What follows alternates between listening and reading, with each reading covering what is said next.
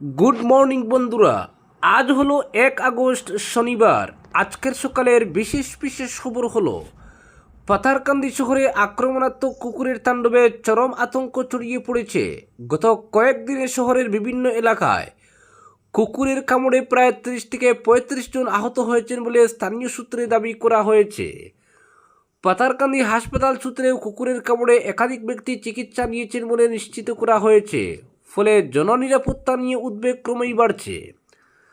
স্থানীয়দের অভিযোগ, শহরের ব্যস্ত বাজার, প্রধান সড়ক ও জনবহুল এলাকায় ঘুরে বেড়ানো কয়েকটি কুকুর হঠাৎ পথচারীদের উপর হামলা চালাচ্ছে। কোনো ধরনের উস্কানি ছাড়াই তারা মানুষকে দাওয়া করে কামড়ে দিচ্ছে। আহতদের মধ্যে রয়েছে নারী, পুরুষ, শিশু, বৃদ্ধ, দোকানদার, রিক্সা চালক, মোটরসাইকেল আরোহী, শিক্ষার্থী ও অফিসগামী কর্মচারী। অনেকের শরীরের বিভিন্ন স্থানে গুরুতর ক্ষত সৃষ্টি হয়েছে। পাথারকান্দি প্রাথমিক স্বাস্থ্য কেন্দ্রের চিকিৎসকরা জানিয়েছেন, কুকুরের কামড়ে আহতদের প্রাথমিক চিকিৎসা দেওয়ার পাশাপাশি জলাতঙ্ক প্রতিরোধে অ্যান্টি রেবিস ভ্যাকসিন গ্রহণের পরামর্শ দেওয়া হয়েছে। গুরুতর কয়েকজনকে পর্যবেক্ষণেও রাখা হয়েছে। চিকিৎসকদের মতে কুকুরের কামড়কে কখনোই হালকাভাবে নেওয়া উচিত নয়। সময় মতো চিকিৎসা ও টিকা না নিলে জলাতঙ্কের মতো প্রাণঘাতী রোগের ঝুঁকি তৈরি হতে পারে। ঘটনার পর শহর জুড়ে আতঙ্কের পরিবেশ সৃষ্টি হয়েছে। অভিভাবকরা সন্তানদের একা স্কুলে পাঠাতে ভয় পাচ্ছেন। সন্ধ্যার পর প্রয়োজন ছাড়া অনেকেই ঘর থেকে বের হচ্ছেন না। ব্যবসায়ীদের অভিযোগ, আতঙ্কের কারণে বাজারে ক্রেতার সংখ্যাও কমতে শুরু করেছে। স্থানীয়দের দাবি, দীর্ঘদিন ধরে ভবঘুরে কুকুরের সংখ্যা বাড়লেও কার্যকর কোনো নিয়ন্ত্রণমূলক ব্যবস্থা নেওয়া হয়নি। নিয়মিত নজরদারি, নির্বীজন, টিকাদান ও ভবঘুরে কুকুর নিয়ন্ত্রণে পরিকল্পিত উদ্যোগের অভাবেই পরিস্থিতি ভয়াবহ আকার ধারণ করেছে। এদিকে সামাজিক সংগঠন, ব্যবসায়ী মহল ও সাধারণ মানুষ প্রশাসনের কাছে অবিলম্বে আক্রমণাত্মক কুকুরগুলোকে শনাক্ত করে নিরাপদে আটক ও প্রয়োজনীয় আইনসম্মত ব্যবস্থা গ্রহণের দাবি জানিয়েছেন। পাশাপাশি ভবিষ্যতে এ ধরনের ঘটনা রোধে দীর্ঘমেয়াদী পরিকল্পনা গ্রহণেরও আহ্বান জানিয়েছেন তারা। সচেতন মহলের মতে বিষয়টি এখন শুধু জনস্বাস্থ্যের নয়, জননিরাপত্তারও একটি গুরুত্বপূর্ণ ইস্যু। তাই আরও বড় কোনো দুর্ঘটনা ঘটার আগেই প্রশাসন, পুর কর্তৃপক্ষ ও সংশ্লিষ্ট বিভাগের সমন্বিত উদ্যোগে দ্রুত কার্যকর পদক্ষেপ গ্রহণের দাবি জোরালো হয়েছে। পরবর্তী খবর, শিলচরে অ্যাম্বুলেন্স চালকদের সংঘর্ষ, ছুরিকাঘাতে গুরুতর আহত এক। শিলচর মেডিকেল কলেজ ও হাসপাতাল চত্বরে শুক্রবার 2 অ্যাম্বুলেন্স চালকের মধ্যে সংঘর্ষকে কেন্দ্র করে চাঞ্চল্যকর পরিস্থিতির সৃষ্টি হয়। পার্কিং নিয়ে শুরু হওয়া বাকবিতণ্ডা পরবর্তীতে হাতাহাতি এবং ছুরিকাঘাতের ঘটনার রূপ নেয়। এতে গুরুতর জখম হন রাজু কর নামে এক অ্যাম্বুলেন্স চালক। জানা গেছে, হাসপাতাল চত্বরে পার্কিংকে কেন্দ্র করে রাজু কর ও বাপ্পু লস্করের মধ্যে প্রথমে বাকবিতণ্ডা শুরু হয়। পরিস্থিতি ক্রমেই উত্তপ্ত হয়ে উঠলে উভয়ের মধ্যে হাতাহাতি হয়।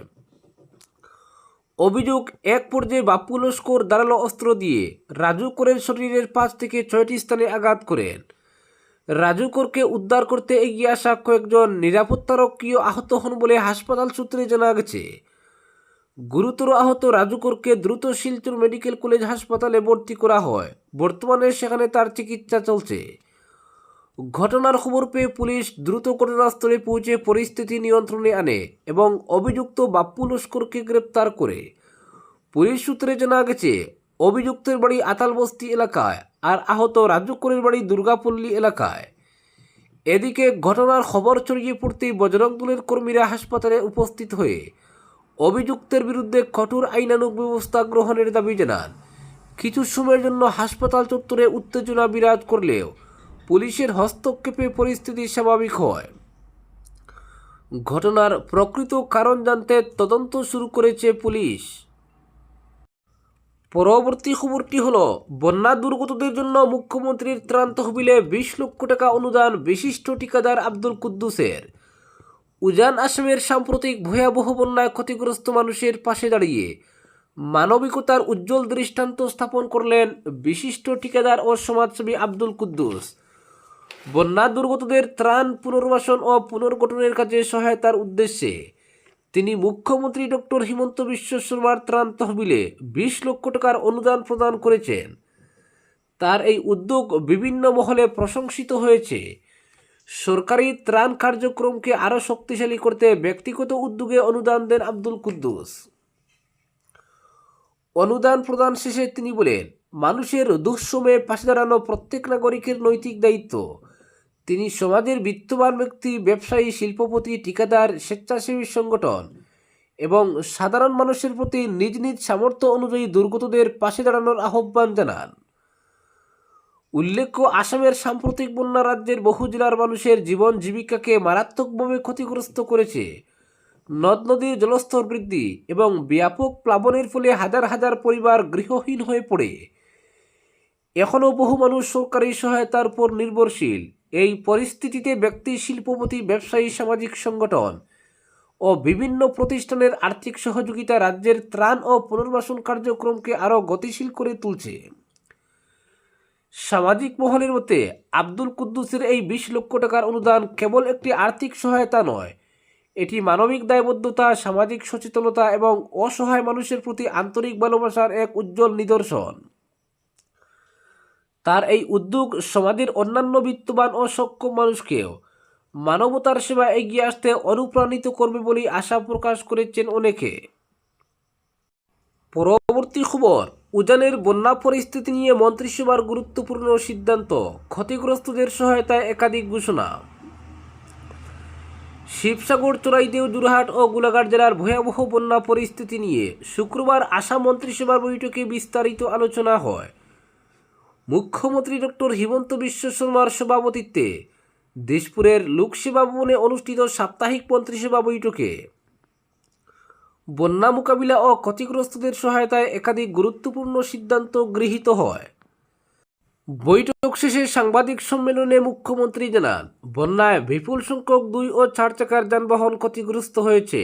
ক্ষতিগ্রস্তদের দ্রুত বীমার অর্থ প্রদানের লক্ষ্যে আগামী 5 আগস্ট সরকারি ও বেসরকারি বীমা সংস্থাগুলির সঙ্গে বৈঠক করা হবে। পাশাপাশি বন্যা কবলিত 4 জেলার বীমা দাবি দ্রুত নিষ্পত্তির জন্য প্রয়োজনীয় ব্যবস্থা নেওয়া হবে।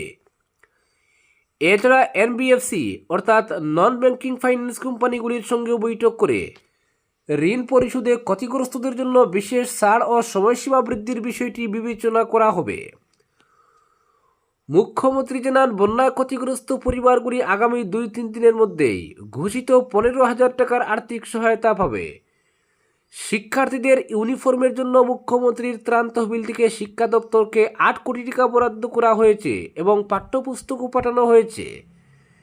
শিক্ষার্থীদের ক্ষয়ক্ষতির হিসাবও সংগ্রহ করা হচ্ছে।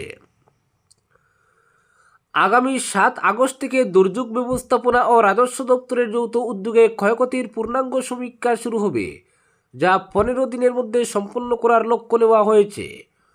মন্ত্রীরাও পুনরায় বন্যা কবলিত এলাকায় গিয়ে পরিস্থিতি পর্যালোচনা করবেন। আগস্ট মাসের মধ্যেই ক্ষতিপূরণ প্রদানের লক্ষ্যমাত্রা নির্ধারণ করা হয়েছে। শিক্ষাক্ষেত্রে ব্যাপক ক্ষয়ক্ষতির কথা উল্লেখ করে মুখ্যমন্ত্রী বলেন, শুধু শিবসাগরেই 550টি বিদ্যালয় ক্ষতিগ্রস্ত হয়েছে এবং চড়াইদেউতে বহু বিদ্যালয় বন্যার জলে ও কাদায় ক্ষতিগ্রস্ত হয়েছে। আগামী 5 আগস্টের মধ্যে প্রতিটি ক্ষতিগ্রস্ত বিদ্যালয়কে 2 থেকে 3 লক্ষ টাকা করে আর্থিক সহায়তা দেওয়া হবে। 9 আগস্ট থেকে বন্যা কবলিত এলাকার বিদ্যালয়গুলি পুনরায় চালুর লক্ষ্য নেওয়া হয়েছে। এছাড়া ক্ষতিগ্রস্ত রাস্তা, সেতু ও বাঁধ মেরামতের কাজ আগামী 1 সেপ্টেম্বর থেকে শুরু করার পরিকল্পনা নেওয়া হয়েছে। বিশেষ করে শিবসাগর ও চড়াইদেউ জেলার যোগাযোগ ব্যবস্থা পুনর্গঠনে বিশেষ তহবিল বরাদ্দ করা হবে। মুখ্যমন্ত্রী আরও জানান, যোরহাট, চড়াইদেউ, শিবসাগর ও গোলাঘাট জেলার অরুণোদয় প্রকল্পের বন্যা কবলিত উপভোক্তারা আজ 2500 টাকা করে আর্থিক সহায়তা পাবেন। মন্ত্রিসভায় আরও কয়েকটি গুরুত্বপূর্ণ সিদ্ধান্ত গৃহীত হয়েছে। আসাম কম্প্রেসড বায়োগ্যাস নীতি 2026-তে অনুমোদন দেওয়া হয়েছে এবং গুয়াহাটি ও তিনসুকিয়ায় নতুন বায়োগ্যাস প্ল্যান্ট নির্মাণের সিদ্ধান্ত নেওয়া হয়েছে। পশু চিকিৎসা বিভাগের ভেটেরিনারি ফিল্ড অ্যাসিস্ট্যান্ট নিয়োগ প্রক্রিয়ায় পরিবর্তন এনে লিখিত ও মৌখিক উভয় পরীক্ষায় উত্তীর্ণ হওয়াকে বাধ্যতামূলক করা হয়েছে। এছাড়া গোয়ালপাড়ার প্রস্তাবিত রাক্ষসিনী ও তারকলমবাড়ি বনাঞ্চলকে আনুষ্ঠানিকভাবে সংরক্ষিত বনাঞ্চলের স্বীকৃতি দেওয়া হয়েছে। পরবর্তী খবর, দোলাই ফরেস্ট বিভাগের অভিযানে অবৈধ বালুবাহী গাড়ি আটক, অবৈধ বালু পরিবহনের বিরুদ্ধে কড়া পদক্ষেপ।